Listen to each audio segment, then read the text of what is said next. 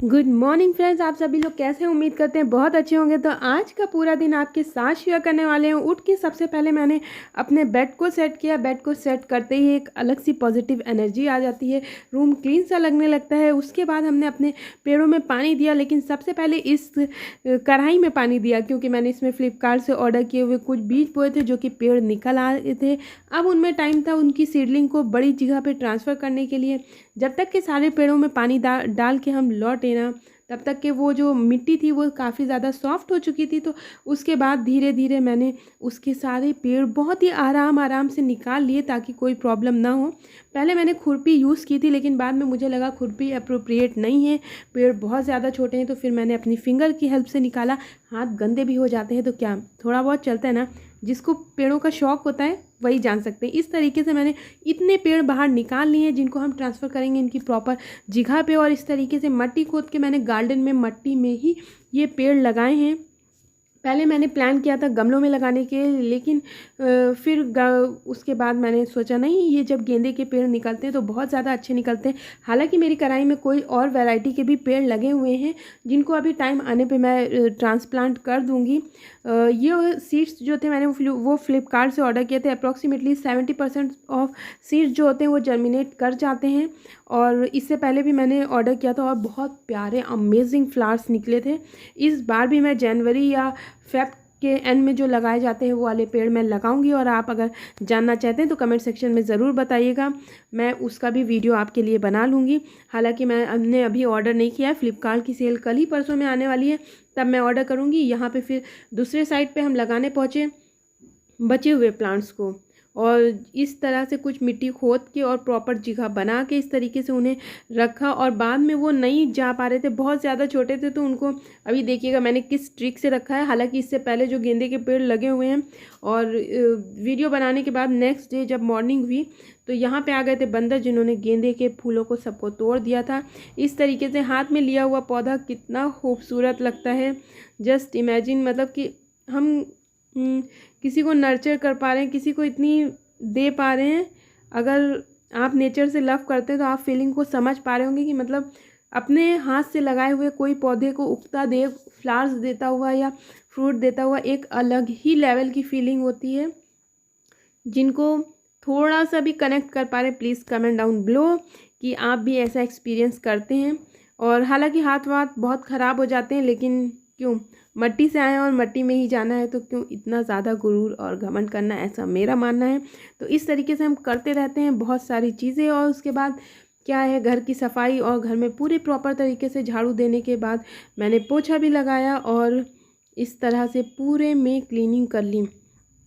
और ठंडियों में क्लीनिंग करना भी एक बहुत बड़ा टास्क होता है। एक तो इतना ज़्यादा लादे होते हैं कपड़े, और उसके बाद फ़ैन चलाना पड़ता है जब पोछा लगता है, तो वो और ज़्यादा ठंडा ठंडा रूम हो जाता है। बट क्लीन घर बहुत अच्छा होता है। पोछा लगाते हुए मैंने नहीं दिखाया। उसके बाद हमें जाना था मार्केट, तो देर हो रही थी, मैंने सोचा पहले मार्केट हो जाते हैं। हालांकि पोछा लगाने के बाद ही मैं गई थी, उसको शूट नहीं कर पाई। तो हम गए थे विशाल मेगा मार्ट, जहाँ से डेली ग्रॉसरी की थोड़ी बहुत शॉपिंग करनी थी। हालांकि थोड़ी बहुत ग्रॉसरी की शॉपिंग मैंने लोकल स्ट्रीट से की थी, और वो बहुत ज़बरदस्त सस्ती और बहुत आसानी से अच्छी क्वालिटी मिल गई थी। ये टॉप मुझे बहुत अच्छा लग रहा था विशाल में, जिसका प्राइस 699 रुपीज़।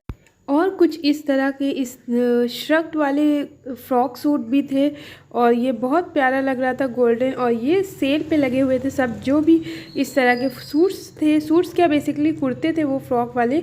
और ये यहाँ पे इस तरह का टॉप मिल रहा था जो कि वुलन था, बहुत अच्छा लग रहा था।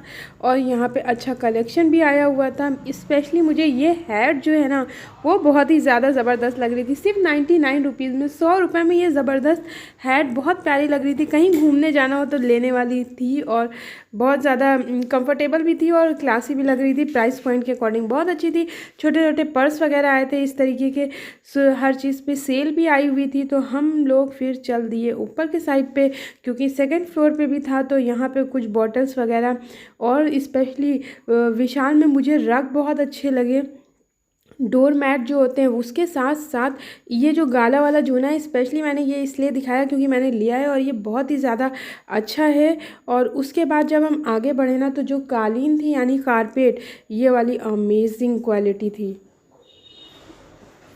प्राइस आप देक सकते हैं 999 है, लेकिन ये बहुत ज़्यादा अच्छी थी और बहुत ज़्यादा महंगी लग रही थी। स्पेशली इसमें बहुत डिफरेंट कलर्स भी अवेलेबल थे। अगर आप बहुत बड़े मॉल में कोई लेना तो यही 5,000 से या 4,000 से कम नहीं मिलेगी और क्वालिटी बहुत अच्छी थी। मैं ख़रीदने वाली थी लेकिन मैंने सिर्फ 2 ही 3 दिन पहले ही मैंने फ़्लिपकार्ट से भी परचेज़ कर लिया है, नहीं तो मैं ज़रूर ख़रीदती। और उसकी क्वालिटी बहुत अमेजिंग थी। अगर आप विशाल जा रहे हैं ज़रूर चेक कीजिएगा।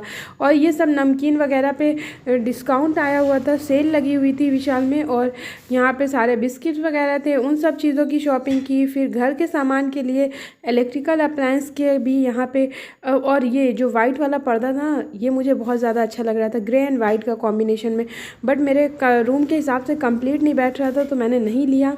छोटी छोटी पिलो आई हुई थी जो कि बहुत अच्छी लग रही थी, 99 रुपीज़ ईच थी, बहुत सॉफ्ट और बहुत अच्छी थी। This is my drink, this ये जो था ये बहुत ज़बरदस्त था, 249 रुपीज़ में बहुत अच्छा सिपर था। ऑनलाइन अगर चेक करेंगे तो 300 के प्लस में ये मिल रहे हैं।